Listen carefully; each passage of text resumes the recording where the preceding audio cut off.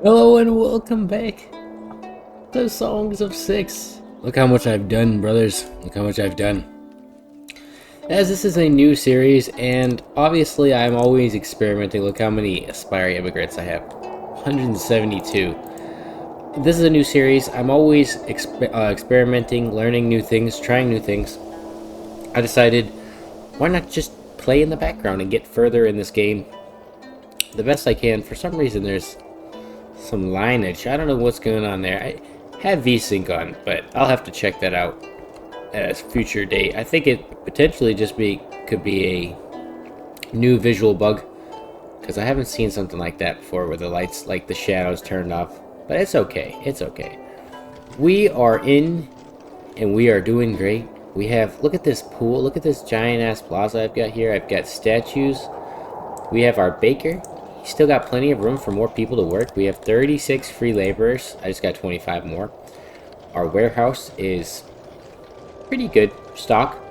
We have a second water pump active so that we can fill this other half. And then we have 3 new services: the restaurant, the bathhouse, and the tavern. Oh, speaking of which, we also have a physician. I forgot to put the physician in here. Could probably have done that a while ago.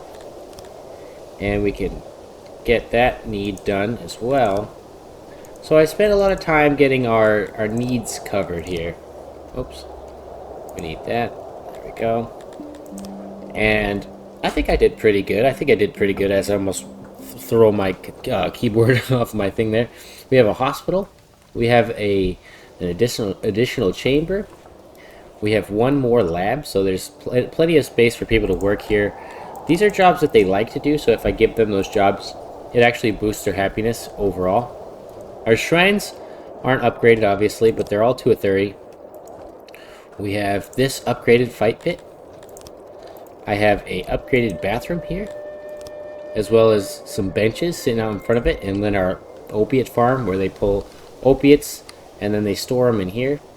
We have a decent amount of storage, but we also have a giant storage building over here for more of those if we need. We also have a cotton farm, which I should probably put a couple roads throughout here. The only reason why I didn't was we had a huge shortage of stone and basically didn't want to spend it on anything that didn't need it. We have a brewer who is supplying our little tavern here with some alcohol. Oh, speaking of which, I also passed the ration maker. He takes up a good portion of our bread, so I might as well put up to 40 guys here. And that way we can keep up with the amount of bread that they are taking and they're turning into rations. But rations last much longer than bread from my understanding. Yeah, you can see 31% is gone at the end of the year if it's stored, where 3% is gone at the end of the year. So we could get a lot more rations and use up all of this bread, and it's not going to go to waste. So technically it'd probably be worth it, but we're gonna go slow and steady with that so we don't lose happiness with our food preferences. We're also building a giant asylum over here, and this warehouse here obviously has stock for the ration maker. Not going for like any kind of line or organization in this area, just kind of keeping it within the same flow of things. And then I have the brewer. This brewer here has access for 12 workers right now, but we have a lot more. And then this building here, basically the only thing holding me back is my coal production as well as my pottery. My pottery and my coal are the two things keeping me back from going ham on making more alcohol. And we use up a lot of it. It's called Piva now, by the way. We also have our weaver. This guy has a lot of fabric or cotton at his disposal, and he's constantly making fabric. We could switch over and start making clothing out of fabric, but to be honest, it doesn't matter. We have so much leather. I like to see these big numbers. That's usually how I like to see my city, and we're getting there. We're getting there to that point where we're gonna start seeing some really big numbers. I put a woodcutter down here. I adjusted him so that there's a lot of workers who can live and work in this area, as well as the hunter, the carpenter, and of course the potter. These guys have room for, I think, yeah, 36 different guys. So if in case I do get plenty of clay, I can just bump that up. We have 24 clay diggers currently, so most of this area is full. Most of the people in this area are working and living in this area. That's the goal, at least. I don't know why people will, like, for example, one of these guys is probably a scientist. Nope. Oh, here he is. Scientist Tootum. So he lives over here, but he works all the way over here. I don't know. I don't know why they do that. Whoa. Jesus. I thought I had a janitor over here. What the heck happened? We're gonna have to put a janitor in here, but let's do that real quick before I forget. Pull up a nice old janitor in this building here. And then something like that. Fits the area pretty well. And then we get that going. So as I mentioned, we have our other area. I also mentioned that I upgraded the coal mine. So we have a coal warehouse and the coal mine going.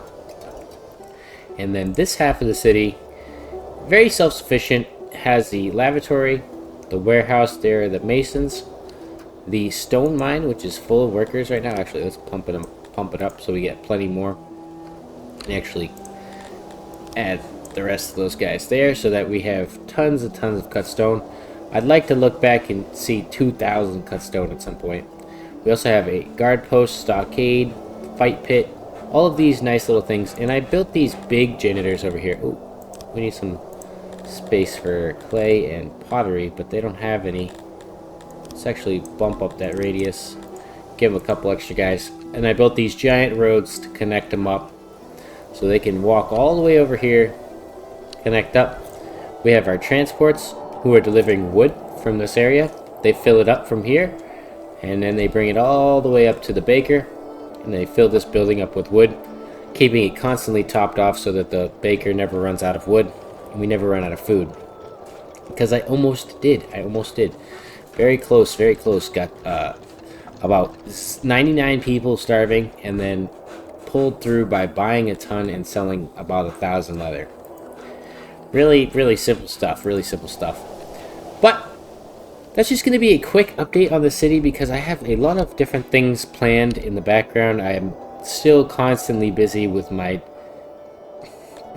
extreme temperatures.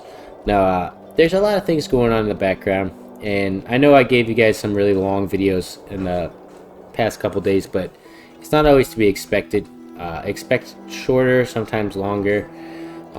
Trying to get into more multiplayer games, and I also got recommended, or not recommended, I got a dev. Let me do the favor of actually looking up what it is. Nevermorn.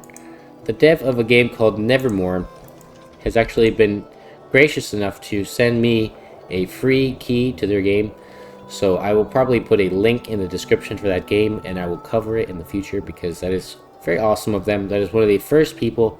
Jake is the first person of Songs of Six to actually give me anything as a YouTuber back when I was very small and I had only 200 subs. Jake was gracious enough to actually give me, I think it was 4 keys, still amazing amount of keys for this game, and I was able to give away 4 free keys to 4 different people in the community. And that's something I look forward to doing in the future when I'm financially stable. I have a lot of things I got to get my new apartment situated. But once I can, I'd like to give people free copies of Songs of Six. As a joke I made in the Discord, I'd like to keep Jake funded as well as keep people playing this game. So if I can do that, that'd be freaking sweet. But anyways, thank you guys for watching. I hope you enjoyed. If you have any questions, I know somebody had expressed some interest in military. I'm going to cover that in the future after I build a pretty significant army. Right now you can see I have a couple regiments of 100 guys. They're trained to about 10%. Here, actually, put these guys up. And then we also have 5 groups of 50, and they're trained to 20%. Not good troops at all. These are actually really shitty troops. If we got attacked by a real army, they would all die. But the key is I have numbers. So if I get attacked by 45 or 50 guys, I can kill them with 550 guys. But if they come at me with 450 decently trained guys, my guys are all dead. So currently have the goal of using the smithy here. He's making falcatas, and we're gonna get a bunch of stabby stabs, and then eventually I'll have a bunch of shields so our boys can protect themselves, and they'll go into battle with stabby stabs and shields and basic leather armor, and hopefully not get murked. But there's a lot to explore, learn in this new update V.66. I still have not even touched the world map. Solbin here is our neighbor we have to conquer.